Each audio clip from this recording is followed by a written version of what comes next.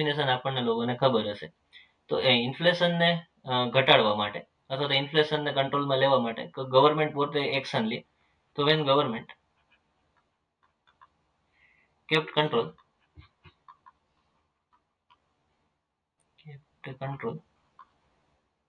on price level. તો પ્રાઇસને કંટ્રોલમાં રાખવા માટે ગવર્મેન્ટને કયા કયા એક્શન્સ લેવા પડે? તો એના જે સપ્લાયર્સ છે કે ટ્રેડર્સ છે એના માટે કોઈ લો બનાવે અથવા તો પહેલા કોઈ રૂલ્સ બનાવે. જો રૂલ્સથી કામ ના ચાલે તો કોઈ લો પાસ કરે અથવા તો ટ્રેડર્સ ઉપર કંટ્રોલ ના રહે ત્યારે જે પરચેઝર છે કન્ઝ્યુમર છે એને સબસિડીઝ આપવાનો ટ્રાય કરે. તો ટૂંકમાં પ્રાઇસ લેવલને કંટ્રોલ રાખવા માટે ગવર્મેન્ટ કોઈ રૂલ્સ બનાવે, લો પાસ કરે અથવા તો સબસિડીઝ આપે, એને કહેવાય સપ્રેસ્ડ ઇન્ફ્લેશન. આઈ હોપ તમને લોકોને અહીંથી જે ભણાવવામાં આવે છે એ સમજમાં આવતું હશે. તો એક રિક્વેસ્ટ છે કે તમારા ફ્રેન્ડ્સની સાથે પણ આ ચેનલને શેર કરજો, આ વિડીયોને શેર કરજો, ચેનલને સબસ્ક્રાઈબ કરજો અને તમે ક્યાંથી આ વિડીયો જોવ છો એની કોમેન્ટ જરૂર કરજો. નેક્સ્ટ ક્વેશ્ચન જોઈએ. 36 નંબરના ક્વેશ્ચનમાં આપણને પૂછેલું છે કે state the types of money. તો એન્શિયન્ટ ટાઈમ્સથી લઈને અત્યાર સુધી જેટલી રીતે મનીને as a medium of exchange તરીકે યુઝ થયું છે, તો આમ તો 6 ટાઈપના મની છે એ જોવા મળે છે. તો ફર્સ્ટ ટાઈપ છે એ છે કોમોડિટી મની. સેકન્ડ ટાઈપ છે animal money.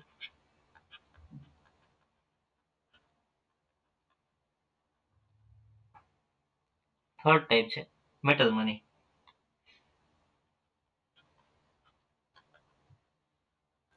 Fourth type paper money, જે અત્યારે પણ આપણે યુઝ કરીએ છીએ. ફિફ્થ ટાઈપ છે પ્લાસ્ટિક મની.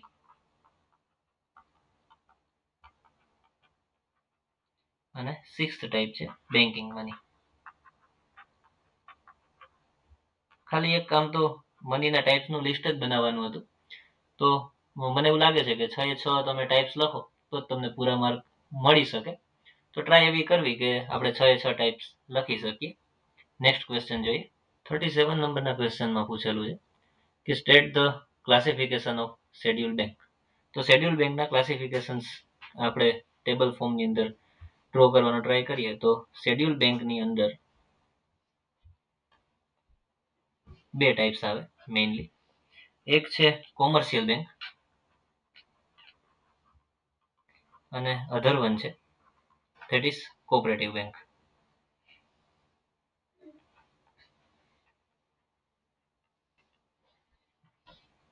હવે પાછા કોમર્શિયલ બેંક અને કોઓપરેટિવ બેંક્સના પણ સબ ટાઈપ છે.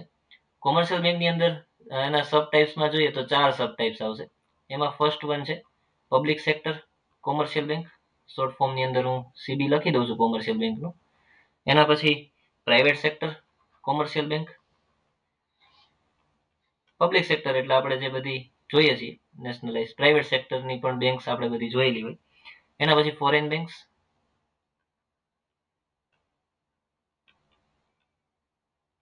અને ફોર્થ વન છે એ છે રિજિયોનલ રૂરલ બેંક્સ.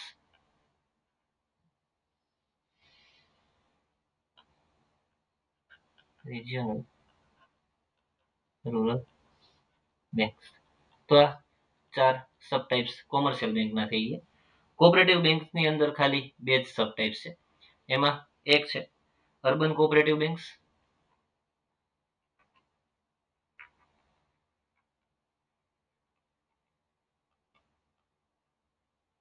એ પણ અને બીજું છે સ્ટેટ કોઓપરેટિવ બેંક્સ.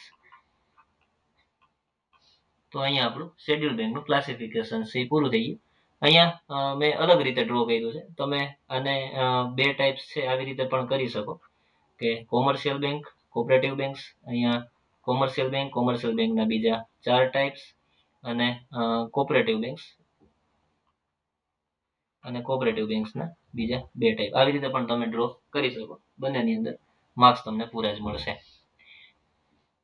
39 નંબરનો ક્વેશ્ચન છે. એમાં એવું પૂછેલું છે કે explain income concept of poverty. તો ઇન્કમ કન્સેપ્ટની અંદર એની એકચ્યુઅલ ડેફિનેશન અહીં લખવાની છે. તો પોવર્ટી આપણને ખબર છે કે ભાઈ પોતાની બેઝિક નીડ્સ પૂરી ન કરી શકે, એ લેવલની નીચે જે આવતા હોય એને આપણે પુઅર્સ કહીએ છીએ. તો અહીંયા એ જ કન્સેપ્ટને આપણે થોડો સારી લેંગ્વેજની અંદર સમજાવવાનો છે. તો ડેફિનેશન એવી છે કે સર્ટિન normative minimum level of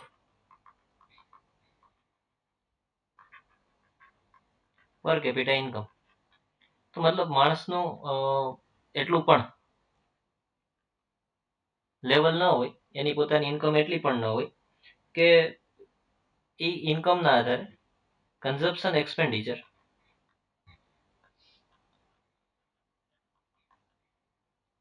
required to ascertain minimum basic needs. તો પોતાની બેઝિક નીડ્સને ફૂલફિલ કરી શકે,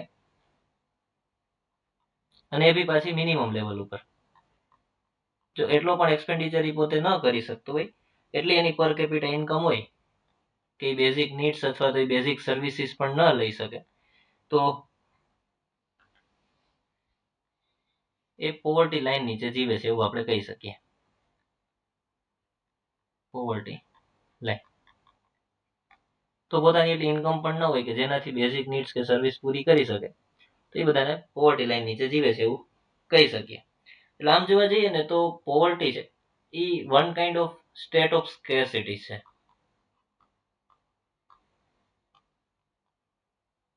કારણ કે એ પોતે સ્કેર્સિટી વચ્ચે જીવે છે, એ સ્ટેટ ઉપર પોતે જીવે છે કે એ પોતાની બેઝિક નીડ્સ એ પૂરી નથી કરી શકતો, એટલે એને સ્કેર્સિટી ફેસ કરવી પડે છે. અને minimum consumption expenditure required to get minimum calories. ઘણી વખત પોવર્ટી લાઈનને એના આધારે પણ ડિસ્ક્રાઇબ કરવામાં આવે છે ઇન્ડિયાની અંદર, કે એ પોતે એટલો પણ ખર્ચો ન કરી શકે જે તે માણસ કે એની જે બેઝિક કેલરી નીડ્સ છે, કેલરી નીડ્સ ક્યાંથી ફૂલફિલ થાય, તો જમવામાંથી પૂરી થાય. તો જેને પૂરતું એક દિવસની અંદર જમવાનું પણ નથી મળી શકતું, તો બેઝિક નીડ્સ કેલરી નીડ્સ છે could not fulfill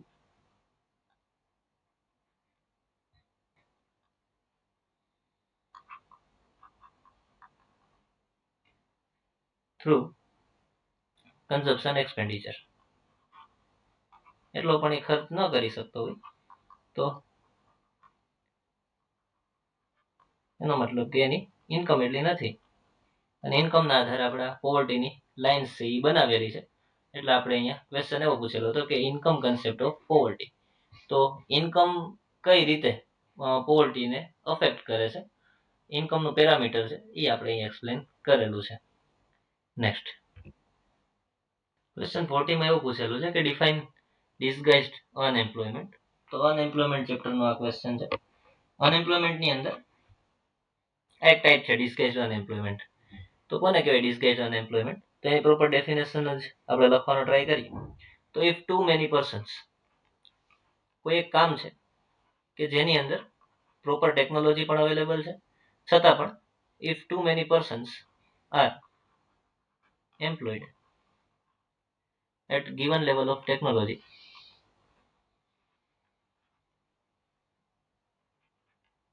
proper technology available છે, છતાં પણ ત્યાં માણસો છે એ તમે એમ્પ્લોય કરેલા હોય,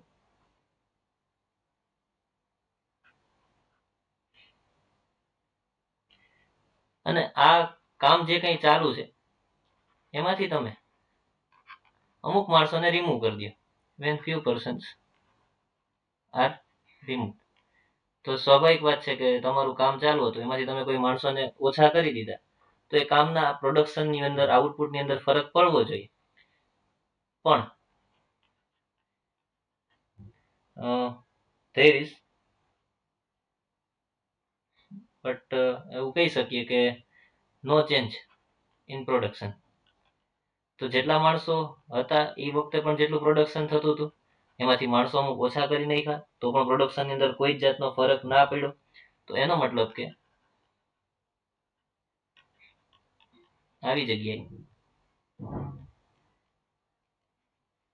ડિસ્ગાઇઝ્ડ અનએમ્પ્લોયમેન્ટ એક્ઝિસ્ટ કરે છે. There is disguised unemployment exist. જરૂર કરતા વધારે માણસો અહીંયા કામ કરતા હતા એવું આપણે કહી શકીએ, કારણ કે માણસો ઓછા થયા પણ પ્રોડક્શનની અંદર તો કોઈ ફરક ના પડ્યો. તો આવું એમ અનએમ્પ્લોયમેન્ટ હોય એને ડિસ્ગાઇઝ્ડ અનએમ્પ્લોયમેન્ટ કહેવાય, કે જ્યાં